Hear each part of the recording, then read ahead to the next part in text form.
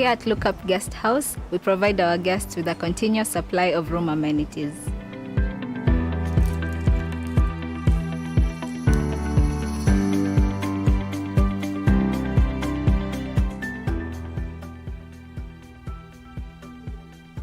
A cool environment for all your retreat activities.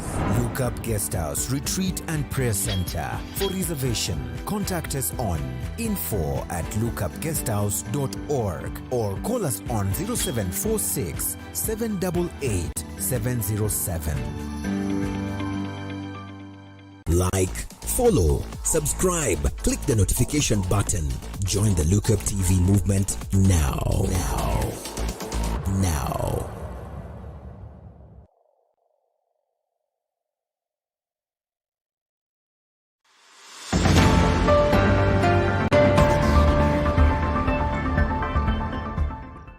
Now, it has been a very eventful week with the Kiambaa by-elections, Muguga ward by-elections, UDA emerging winners at the Kiambaa by-elections, and Jubilee at the Muguga ward by-elections. We've also seen the IEBC interviews for the commissioners following the resignation of 3 commissioners after the 2017 general elections. And we'll also be taking a look at South Africa, the Sour South, as many are now calling it, following the arrest of former President Jacob Zuma for 15 months and the protests that followed after that. This is the Week in Focus, and we'll be looking at a few events that have been making headlines this week. I am Nancy Nalima. Welcome to the program. With me on set is Robi Karani, who is an advocate of the High Court and political analyst. Asante sana for having me here. Karibu. Yeah. Okay, so let us just go straight in. Okay. Into the elections. Kiambaa. Let's begin with Muguga. It was the ward, Muguga ward. So for the MCA, and Jubilee won that seat by just 27 votes. Yeah. Let's start from there. Okay, I think it's hard to delink the Muguga and the Kiambaa by-elections because you will notice that in all of them, the margin was 50% to 49%. It was a tight race altogether, and it all depended on the strategy to get out the vote. So you will find that in most areas, so when you go to Githinji's area, that's the MCA for Muguga, you will find that his cloud or his people were the elderly, same as Jama Kariri for Kiambaa, but it was all a matter of strategy of getting the people to show up. So in Muguga, there are more young people than... So it was easier for Githinji to get a larger turn-up than his UDA counterpart. But over generally, Kiambaa is a cosmopolitan area, so you would expect that when we go to the likes of Ruaka, Gashie, you'll get a lot of young people turning up. And for some weird reason, or I would say for intentional reasons, the young people were siding with UDA, and the older people, the seniors were siding with Jubilee. Okay. And we see what we have in the end. Critics have argued that this is a win-win for UDA. So in as much as they lost at Muguga, it was a very neck-to-neck. Well, so then this is a mileage for the UDA party. Well, I tend to think that's a story that they would try to tell you in political terms and try to create a narrative. I think UDA are best in Kenya for creating narratives and propaganda and stuff, but I don't believe that was the case, because I believe before we got to these by-elections, there was all the manner of shenanigans about Jubilee is dead, Jubilee is not a party anymore, it can't even marshal enough votes. But when you go to a race where you are 50 by 49%, it shows you that in as much as you claim the party is dead, it can cause hell. It still has some weight. Yes. In the mind and in the psychology of what UDA is trying to achieve, I believe that UDA is trying to achieve the idea of getting the whole block of Mount Kenya votes for 2022. And if the trend goes on with 50% running, then Ruto can as well retire to Sugoi today. Okay, and this is the first time that now the president and the deputy president were now in competition. Because when you look at Juja, that was the PEP, and that's Moses Kuria's party. So this is the first time now, this is UDA and Jubilee were in competition. So the president and his deputy. And the president has been registering a few losses, given the by-elections that we've had, especially in the Mount Kenya region. So what does this mean? Okay, I want to disagree a bit because Moses Kuria wanted to front a candidate in Kiambaa. And once they settled on the UDA candidate, you will notice that most of their billboards had both the deputy president and Moses Kuria in all the billboards. In fact, I believe that the deputy president is trying to sell himself in Central using Moses Kuria. It might backfire on him. He will ask me why later, but I don't believe Kuria is in support of William Ruto. It's just a facade that he creates for us. So this is the first time Deputy President and President Uhuru I wouldn't say it's... are now... It's faster because this is the UDA is the party that is allied to the Deputy President. So this was the time for a show of wit. You realize that power. the Deputy President is still a member of the Jubilee Party. Okay, I know people are saying it's Jubilee versus Jubilee. Yeah, it's Jubilee A and Jubilee B. If you look at the history of Jubilee, you tend to think it's a combination between the President's Party TNA and URP. That's what created Jubilee. Yeah. And there's some questions raised about why, even if Jubilee is failing as a party, why the Deputy President and his cronies are not shifting. They are just waiting for January so that they can have that. They call it a mass migration in January because now the ABC cannot prepare a by-election with the elections being 6 months in time. So if they migrate in January, they are free to move around as they do wish.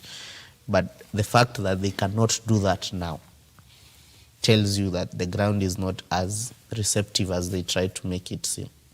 Because if you win a seat by 200 votes, an MP seat by 200, 300 votes, it doesn't show your, what would you call it? It doesn't show your control of the area.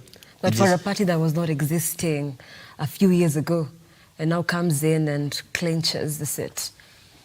But the party, I believe the party was existing a few years ago. It wasn't there during the 2017 elections. It was calling itself PDR. It's actually, what they did, they took a party that has MCAs and like one MP or two, and they changed the name. So anytime you try to tell them that you moved away from Jubilee, you should resign from your seat, they try and explain to you that PDR and Jubilee have a coalition back in 2017. So we are still working with our partners heading to 2022, and nothing stops us from shopping around. So generally speaking, UDA has been there. They just did a rebranding. Same thing when Uhuru was launching TNA, it was just a rebranding. It was a party that was somewhere in the shelf. When ODM was formed, Baba had LDP certificate back from 1994. So when they came up with ODM, he just brushed up the LDP certificate and changed the name to ODM.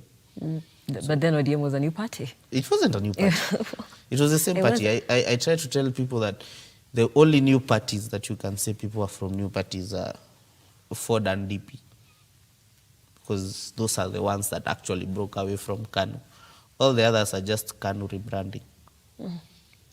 Okay, let's move on. And the Deputy President, he has called himself a nationalist, saying that his party appeals to different people in different parts of the country, different counties, and that's why he's been trying to make inroads in the Mount Kenya region. So can we then say that his vehicle, his political vehicle, UDA, is gaining traction in the Mount Kenya region? I can't stand here and lie that UDA is not making traction within Mount Kenya. It is, but the fact of the matter remains that the Deputy President is campaigning alone. So what do you expect? He's the only person campaigning for 2022, as we can see. All the others are hold on and trying to think of BBIs and coalitions and all that and alliances. he took the road and started running. So it might work for him, it might not, because as the Swahili says, kutangulia sio kufika. And then from the numbers that we are seeing, we didn't expect, if at all he has the mass support that he claims to have, we didn't expect him to have a showdown in Kiambaa.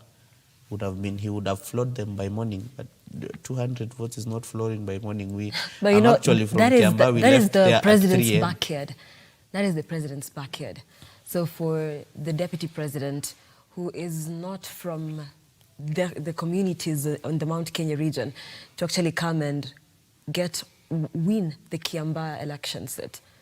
But I want you to look at it from a different angle and see the idea of creating a party that goes beyond community lines. And that's been the agenda for Jubilee since the beginning. I may not agree with some of the strategies they employ, but I know that for a fact, the idea of Jubilee was bringing small parties together to form a national party. Coalition. If PDR was the way it was, and it couldn't go anywhere, the fact that UDA is up and running all over the country shows that the idea and the whole psychology around creating Jubilee has actually gotten to the people. Now we don't think of parties that belong to a certain community. We start thinking of parties that go beyond community lines. So in as much as they might lose some, they might win some, this is politics, things happen. But in the end, the idea is out there. We might not have small parties created in a few years to agitate about specific needs of a certain community. We will look to have parties that are more national thinking and with policy agenda to them. That's why when UDA comes up, it has to tell you about the Hustler Nation. It has to talk to you about some non-existent bottom-up approach, which will never work.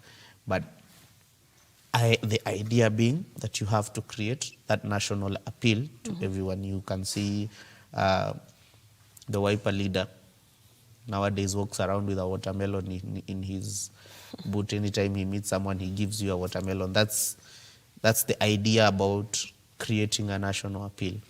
The Right Honorable Raila Odinga has been on the front talking about infrastructure in everything he says, even when he talks about food. It has to be in infrastructure. It comes in food. somewhere. Yes. The other one, Musalia Mudavadi, has been talking about economy in everything. He goes to church, talks about the Bible, then looks for something that has economy in the Bible. So the idea that was brought about by Jubilee of creating national parties and thinking of national values more than community engagement per se has actually died down. We might actually be going to an elections where it's all about what you think and who you support. It's not about these guys from my tribe, my tribe communities endorses this one. No, it will be about what are you bringing actually to the table. Okay. And I would say we've been successful on that end.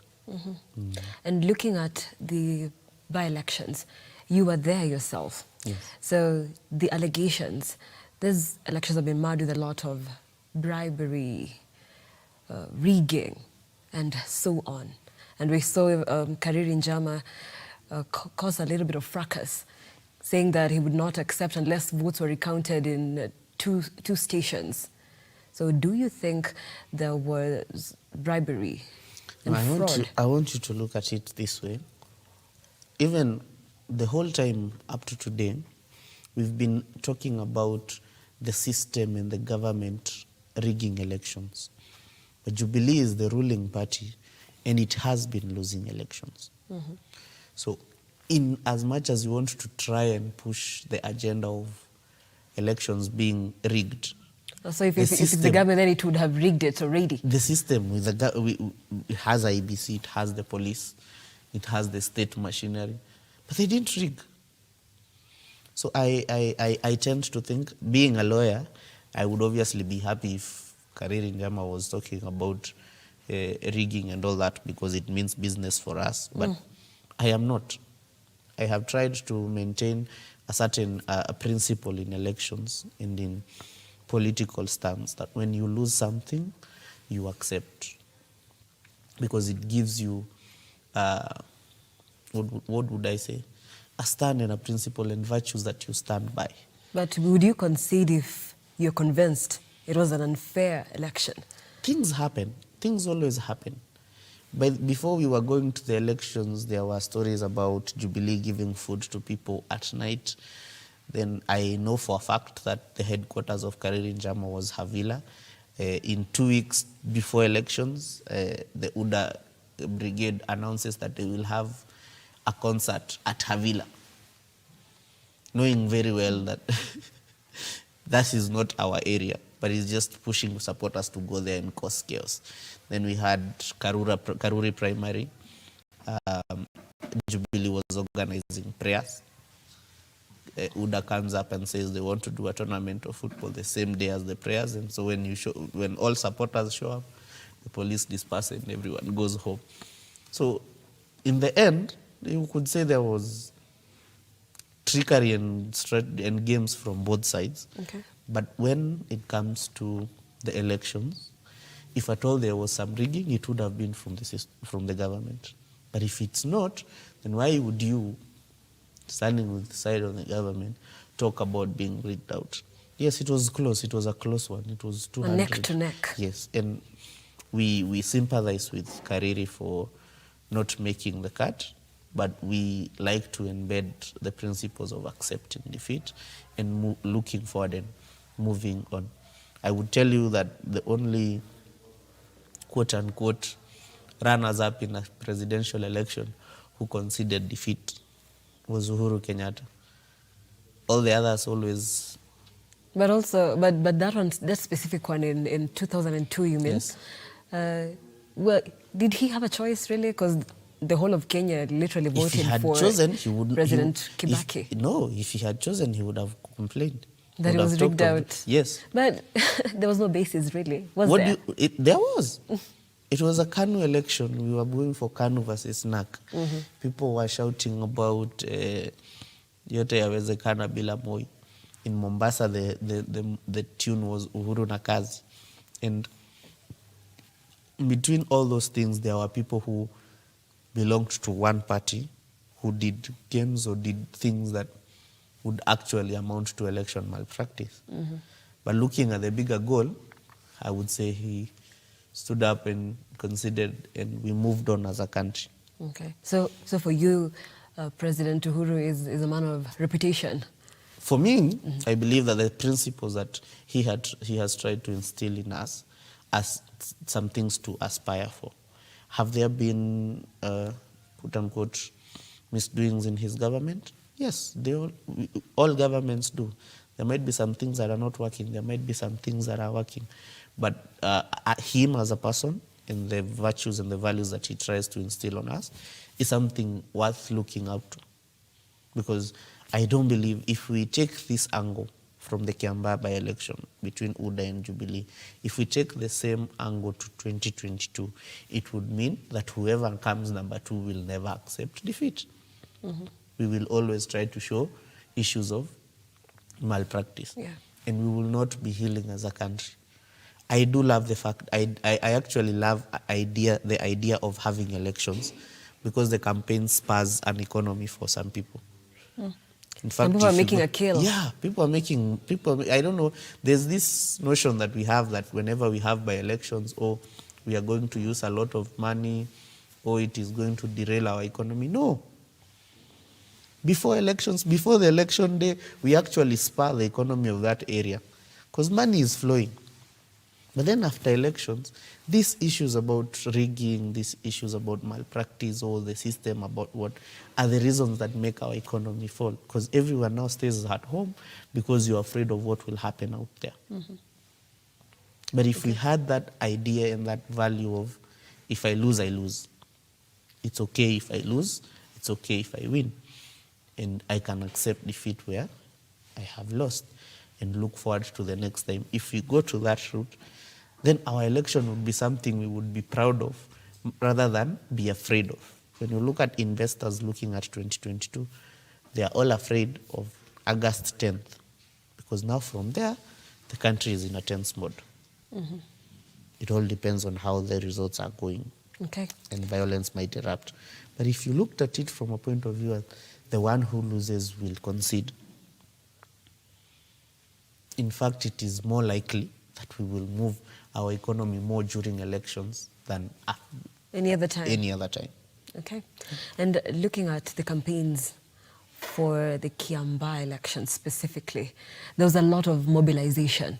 So in terms of, just reaching out to the people, and a lot of resources were spent because the campaigns cost money.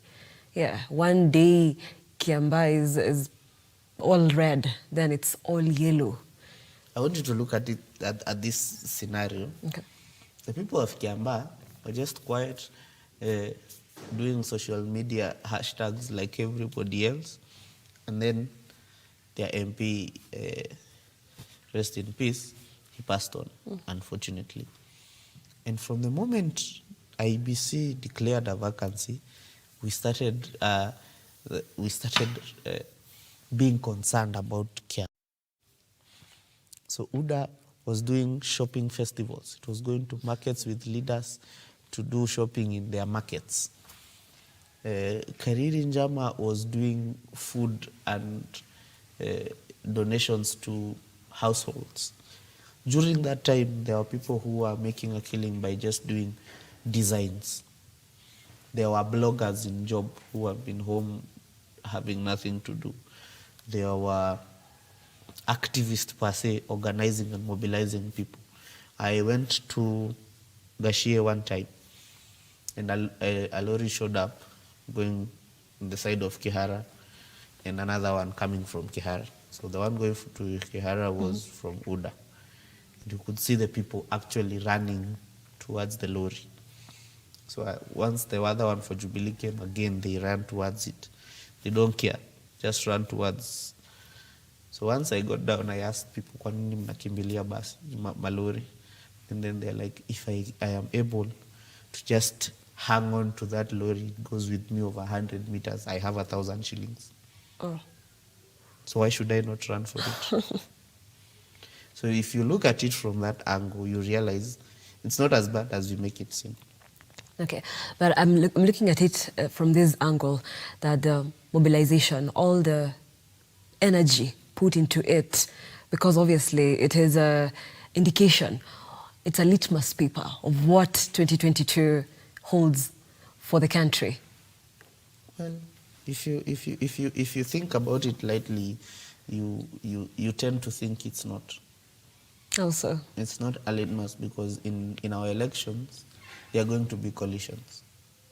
TNA was formed 4 months to elections. PNU was formed 2 months to elections.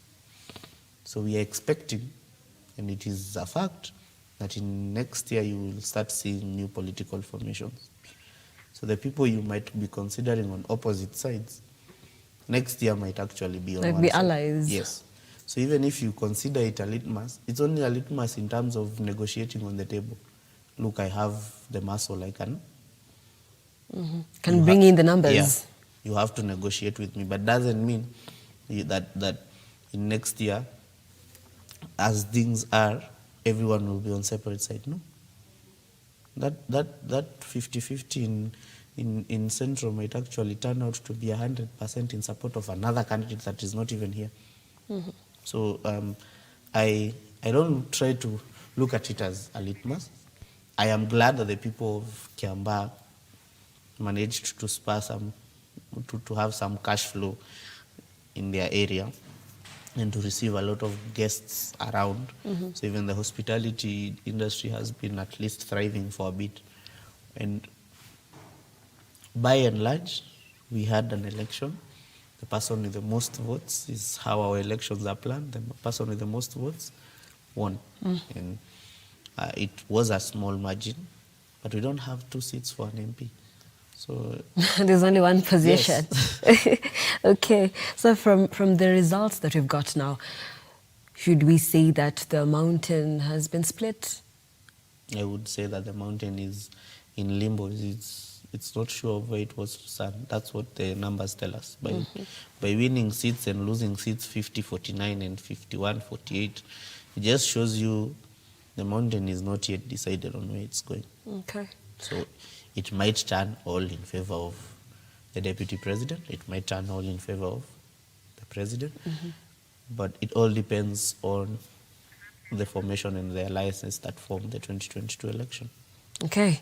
At this point, we take a very short break, but we'll be back to talk more about IEBC and the preparations for the 2022 general elections, as well as South Africa, which is in limbo right now as protesters continue protesting on the streets following the arrest of former President Jacob Zuma. We'll be taking a break. Don't go too far.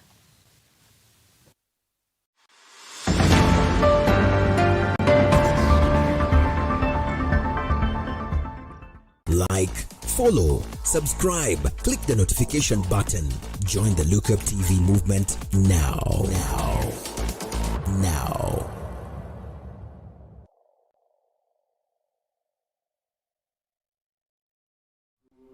Welcome to Lookup Guest House, Retreat and Prayer Center. When you first come in, we will be happy to receive you at our reception, then proceed to our cozy and well-equipped accommodation facilities. We aim to provide our guests with a unique, comfortable, and worthwhile experience. Here at Lookup Guest House, we provide our guests with a continuous supply of room amenities.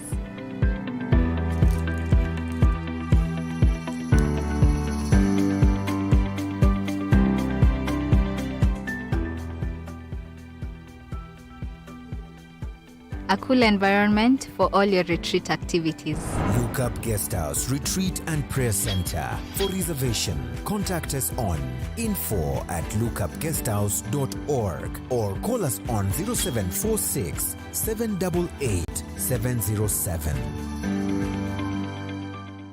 Paidika Real Estate brings to you Soteria Gardens, Matu, for as little as 75,000 Kenya shillings on cash payment, 99,000 for installments with 40,000 Kenya shillings deposit and balance in 5 months. For more information, visit our office at Thika Town, Grace House, 3rd floor. Feel free to call us on 0724 256 626 or 0710 265 687.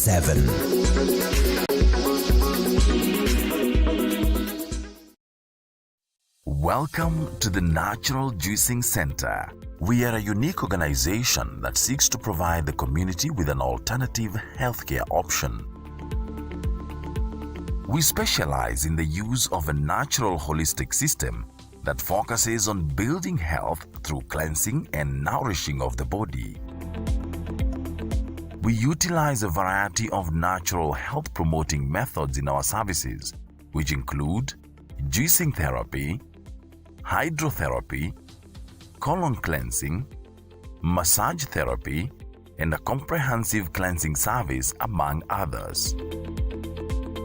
Our juices are freshly made and tailored to each and every client's individual needs after evaluation by our team through our free consultation service.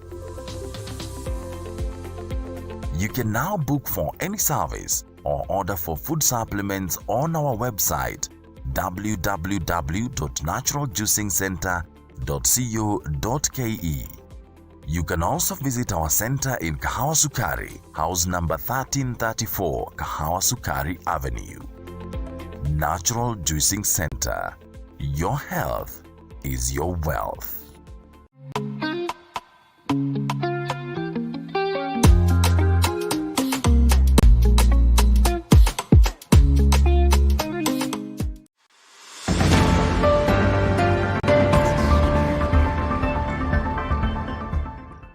Welcome back. Thank you so much for staying with Lookup TV. This is Week in Focus with me, Nancy Nalima, and you can engage with us in the conversation today.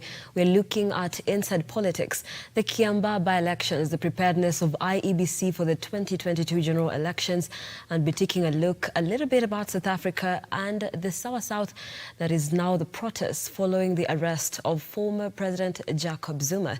The SMS number is 20374 at Lookup TV on Twitter and Lookup TV TV on Facebook.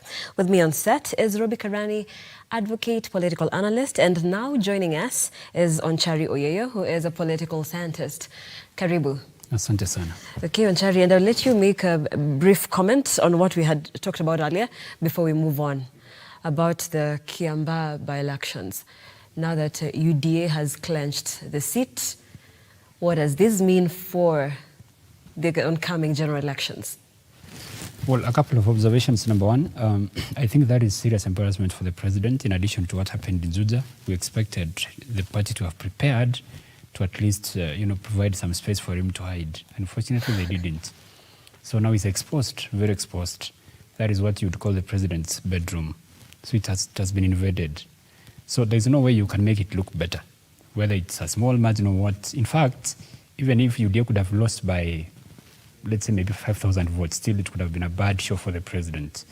So for the longest time, I've said the president surrounded by people who are not helping him. There's no way you can come out, abuse people, make a lot of noise and still not build the party. But then again, the president himself, I shot himself in the foot by abandoning his own political house and trying to salvage the remains of NASA. So for the first time, we have a president who has moved to another political house as he abandons his own party. The legacy of a president is partly solidified by the political vehicle he uses to do what? To get to power.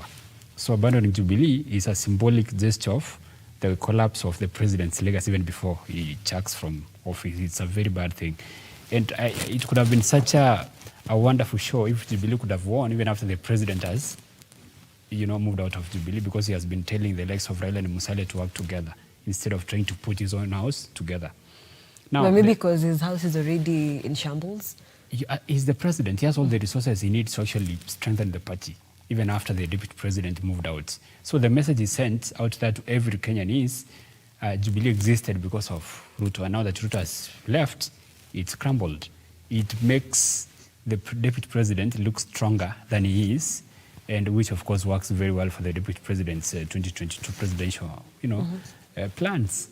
So congratulations to UDA, thumbs up for the deputy president. He sent a message, and he has made it very clear that he does not need anybody now to go and get votes in central Kenya. In fact, it's confirmed what was out here, what was considered a rumor that Ruto has taken over the mountain. It's gone.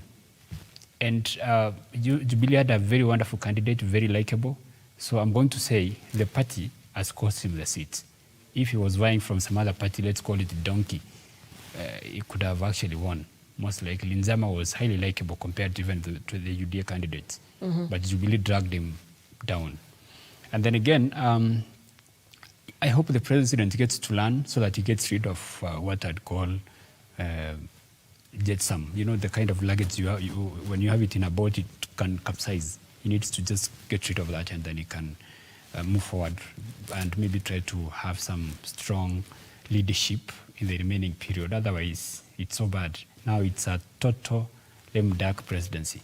Okay, and Robi, I'll let you respond to that. Even as we talk about the president's legacy, we've seen him open up different projects around the country. Is that what is going to be remembered of his legacy? Before I start, I want to disagree on some few points. And number one, I want to take us back to a history class and say that President Kibaki joined power in 2002 under the banner of NAC. 2 months to the 2007 elections, he created PNU.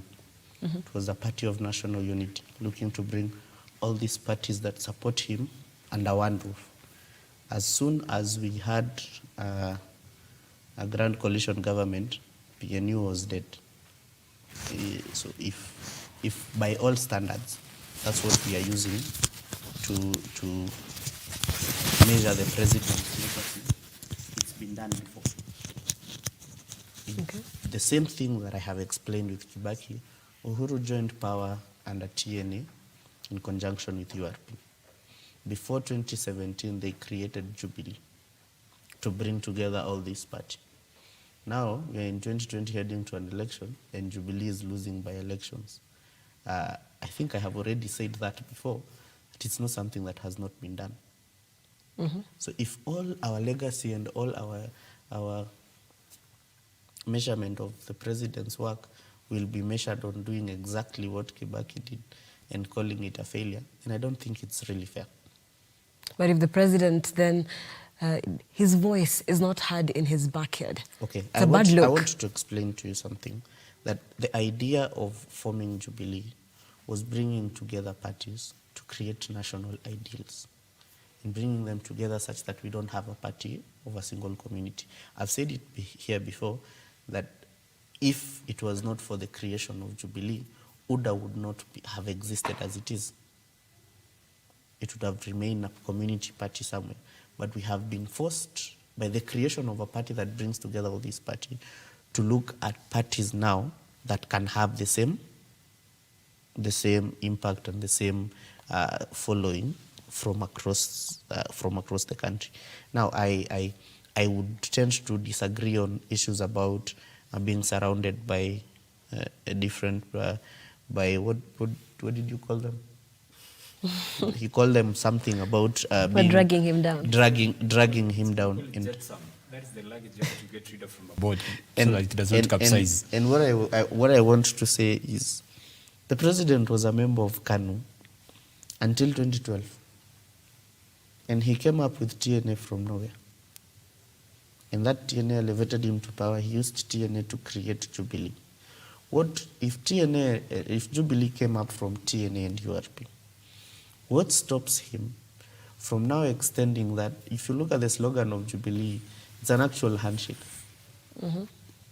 So he's actually been carrying on that virtue of handshake and bringing people together more than anything else. He created Jubilee from a party of TNA that was largely claimed to be located within Central, and URP claimed to be located within the Rift Valley. Now he wants to move that organ into incorporating people from the coast, people from Nyanza, people from Western, and his own people are quote-unquote not supporting the idea. If you come and so you think that the president is trying to unite the country and the people from his own backyard are not agreeing with the same? And it always happens. In human beings, we always have the idea of opposing change and liking the status quo, even when it doesn't fit us. When Uhuru joined up with Ruto, there were many naysayers from his own camp who were like, we cannot have a deal with the devil at that time. That was in 2012. When he talked about colliding, it was vuta ni kuvute from the political angles. So when he comes in and says, okay, now I got William Ruto, now can I add Musalia, Kalonzo, just under one? Whoever wins presidency wins. But from now on, we will not have a person refuting your elections as a president and claiming we want to split the country into two, sisi tubaki na yetu. We do not want that anymore. Okay. Because when we sit and try to imagine that 6.9 million voters did not show up for the rerun election because Baba was not in it, and we try and sit and think we can move on regardless of what these 6.9 people represent, then we are actually shooting ourselves in the foot. You may lose some political seats. I think the one thing that we've been taught in politics is for you to be great, you must be hurt a little times.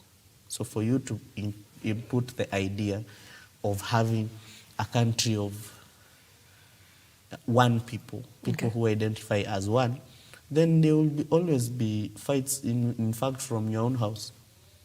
Because they've quite enjoyed it while you are just alone. Why do you want to bring other people? Okay. Okay. So maybe to add something. Very quickly. This is not rocket science. And politics is not theoretical anymore. It's stuff that you can be able to see. Kenya has made a lot of progress. The time when we'd come up with some small parties for whatever reason, and then you move from wherever you want to another, it's long gone. That is lack of ideological grounding. When you look at established democracies like the United States, the United Kingdom, you have political parties that have stood the test of time. In the US, you have only two major parties. You're either Republican or Democrats. Yeah.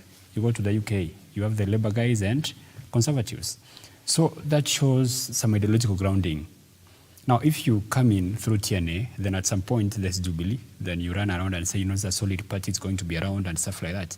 Then at some point, because you are unable to strengthen it and keep it solid and standing, you move to the opposition. What does it say? In fact, let me tell you something. As I'm seated here, UDA is going to be around for a very long time because the deputy president, I think, wants to paint himself as a modern, solid politician and leader, whereby you don't shift from political party to political party for expediency. He's going to try to be different. And then something else. When a president has to begin shifting to a political party owned by the opposition, it shows weakness. As a leader, as a president, make guys come to you. There's a time, former president, the late Moi, formed a merger with what? NDP, that was Raila's party. Kanu stayed, Kanu remained. Raila moved to him. He was the president. You call the shots. So you feel like this is a sign of weakness? You have to make sure the other guys play with the cards you have. I'm glad you brought that Yes, up. and then something else is this. When you look at Jubilee, the way it was founded, the tenets on which it was founded as a political party, it was meant, number one, to bring Kenyans together. Number two, to help project the direction of the president's legacy in terms of projects, in terms of unity of the country. Now, there is a difference between execution and the ideas. The ideas were good, the party is okay. Of course, as we speak now, it's a shell of its former self. It can be redeemed if people accept that, number one, the party is okay. Number two, it can be saved because it can. The president did not control the execution of whatever wanted. The whole idea of the handshake was built on quicksand. And we said it, we've always said it, we've come here and sang it. It's going to fail. That's what we used to say. There's no way you can play a zero-sum game and you're the president. 2 plus 1 minus 1. You bring in Raila, okay? You leave out Musalia, Musyoka, and Wetangula, and then you also expel who? The deputy president. So whatever you're getting is less than what you're doing what? That is not a genuine unity project. It's fake. That is why it's failed. That's why BBI has failed. If the president could have decided to play above the waves and be a statesman, he calls Raila on board, Musalia, Musyoka, and everybody. Awambia you guys, you know what? This is my legacy term. I want to leave behind a united country. In 2022, there will be a presidential election. You guys will run on a clean platform, a very strong IBC, and the winner, the actual winner, will be declared president. It's going to be a fair and clean and transparent process. Okay. So now you have to help me bring every Kenyan to the table. It could have worked. Any person who could have gone against this genuine plea by the president could have been seen as a traitor to the unity project. But these guys came in with short-sightedness, expelled the deputy president, and then brought in Raila. Raila, out of greed or whatever, abandoned his brothers. That's why it has failed. A unity project that is founded on partisan principles can never succeed anywhere. Now, if you go to South Africa, we're going to discuss South Africa in a few seconds, maybe. Yeah. One of the reasons why it's come out as a semblance of a democracy, of course, in the African context, it plays so well, is because of a lasting political legacy through the ANC. That is what we need. In fact, if I wanted to pursue a political journey right now, I'd go back to Kanu. A party doesn't have a problem. You can modify the platform, you can make it modern in whichever you want. Okay. Yes, but it shows that you have a history you want to keep intact as a people. Robbie, I'll let you respond so that you can move on to the next thing. It's quite unfortunate when we stand here and try to imprint things that are not actually the reality. Because I believe, and I know, the president said himself, that this whole BBI process has not been something he has been doing him and Raila Odinga alone. They're the face of It's something that BBI has taken Mudavadi. If you don't believe, it's something that has taken Kalonzo Musyoka. If you actually don't believe, the person who was one of the people in that elders committee brought in from this for the BBI was Agnes Kavindu. She later went on to vie under Wiper in Machakos. So you can see where she comes from. the idea in Bomas, and he explained it well, and he said, if you believe that I have been doing this BBI loan, you can ask the deputy president. I had 7 people to nominate. He brought in 3. I brought in 4. The whole psychology and whole political ambitions of the deputy president has been that to try and show that he's sidelined from.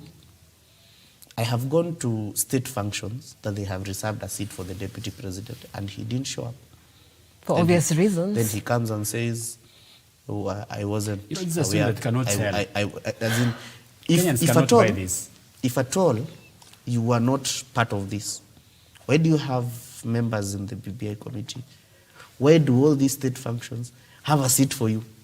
If they're actually banishing you, why should they take all that time to prepare something for you? Why? Maybe it's PR, that's what they're Why arguing. can't it be PR on his side?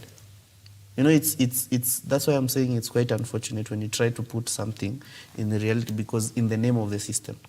The same thing I started here with in terms of people refusing elections and refusing to concede. Because the idea is, if you are the system, you can manipulate. But the president has shown us that it can actually Concede. let the process take its own turn. Whatever the people decide, he accepts it as it is. Okay. If we were talking of parties in different times, that thing would have been totally different. Now let's talk about the IEBC. We saw Gatundu South MP Moses Kuria saying that there were some schemes that were in a shamba somewhere, and the IEBC were planning to, engage and help the Jubilee, in monkey business. So do we think IEBC, this is a representation of what's going to happen in 2022? Are we having an independent body to govern the elections? Yes, Anchari. IEBC can never be independent, not here, not in Kenya. Election bodies in Africa are never 100% independent.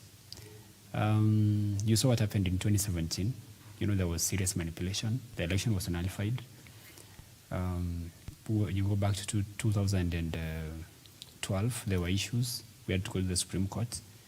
Back to 2007, you saw what happened. But then I think I was in my 3rd year at the University of Nairobi. Samuel Kivuitu, the then chairman of the ECK, it was the then ECK. You might not know, you guys are very young. Don't be so sure. Yeah, so he was asked who won the presidency, and he said, I don't know. That is the chairman of the Electoral Commission of Kenya saying that. God may his soul rest in peace. So we've seen serious manipulation happen, not just to the IEBC, but so many other allegedly independent bodies. One thing I am going to agree with him, I agree with 99% of what he said, is the ability of the president to actually let, processes play out as they should. It's not that some elements within the states have not tried to interfere. They have. Like, if you remember what happened in Msambweni, some guys were captured with ballot boxes full of ballot papers. But you see, Kenyans have become very alert. Nowadays, once you have your smartphone and your camera is working, you can capture anything. So those guys were recorded all the way, and it was very hard to bring those ballot boxes to the counting room, so they were locked out. Nyoro, the governor for Kiambaa, tried the same monkey business in Juja. Again, it was exposed. So IEBC, as it stands now, is headed by a chairman, I'd say, has gotten to listen to the cries of the people, and he knows there's a lot of pressure out here to see a process Kenyans can believe in. In Kiambaa, he did a wonderful job. There's a lot of pressure. There was a lot of pressure that I'm very much aware of. I was on the ground from state agencies who wanted to make sure the election goes one way. And he stood firm and he said, no, Kenyans are watching, and I want to be able to deliver a result that is, believable. So what I'd like to see happen, one of the best gifts the president can give Kenyans at this moment is to make sure IEBC has enough personnel. Okay. And then number 2, the composition of the commissioners is fair, so that we don't have a repeat of any of the past electoral cycles where we've had, questions asked about the results. So as of now, I think I stand with one man, that is Chebukati. In all this, given the pressure and the tension and stuff like that, he has been able to actually stand out. So as IBC as an institution has a problem. There's a shortage of personnel, but Wafula has tried very, very much. Okay, Yeah. and we know that the interviews are ongoing up to the 22nd of July. So what do you make of that, Robbie, very, very quickly? I don't want to preempt anything. I have my quote-unquote chosen candidates among the applicants. But so far, I would say we've had a straightforward process of picking them. Some of them have raised some quite controversial statements. I think there was one who talked about the women's seats and intimidation and violence. Yeah. Some have come out to talk about the issue of mistrust, that the fact that our elections are only expensive because we don't trust each other. Because ideally, that's what the elections are about. If you are able to trust each other, we would just need a paper from the office. You tick your candidate and you go. But now we have to take our ballot papers to be printed in Dubai so that they are not forged. Then we have a server in France. So there's a lot of mistrust costing us. It's costing us a lot of money from the fact that we don't trust each other. But if we're able to trust each other, and I think all this time I stand with the president on that part, that he's been able to just try and instill that confidence in IEBC, that I am the president and I can lose a by-election. We don't have to infiltrate the system so that things go our way. Okay. We can lose and accept that we have lost. Sawa, and in less than 20 seconds, just a mention of what's going on in South Africa.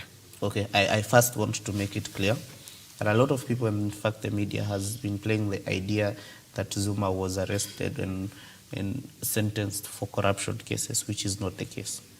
So what happened was he has a corruption case pending. He was summoned to court and he didn't appear in court. So for not appearing in court, the judges claimed that he was in contempt of court and sentenced him to 15 months in jail. He's appealed that from the Court of Justice to the higher court. But in all that, there's a sense going around in the world, and most people maybe don't notice, but scientists are calling it a moment of randomness, where we have people who want to lash out their anger, but it's not really concerned with what is happening. It just needs a spark. Oh, okay. Just something that happens that can make us unite, but that was not really the case.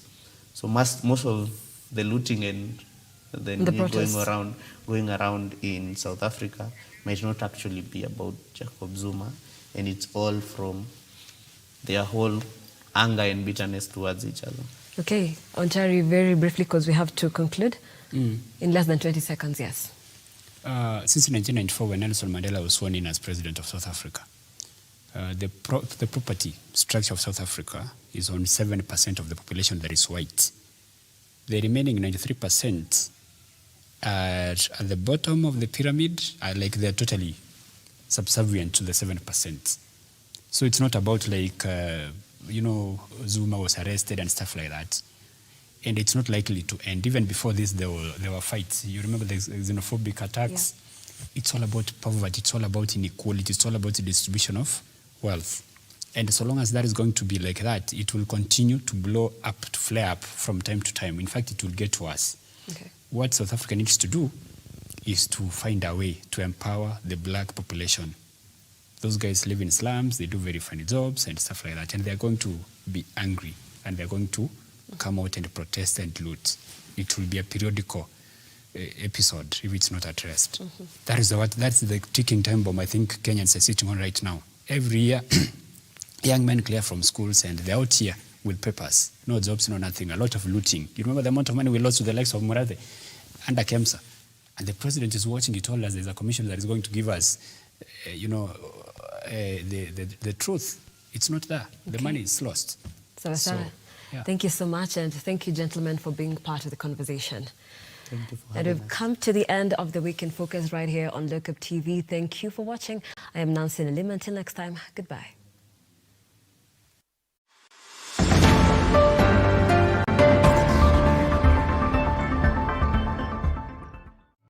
We value your feedback and welcome your complaints about our programming and operations. Feel free to get in touch with us through 0700 893 542 or send us an email to views@look-up.tv. We can't wait to hear from you.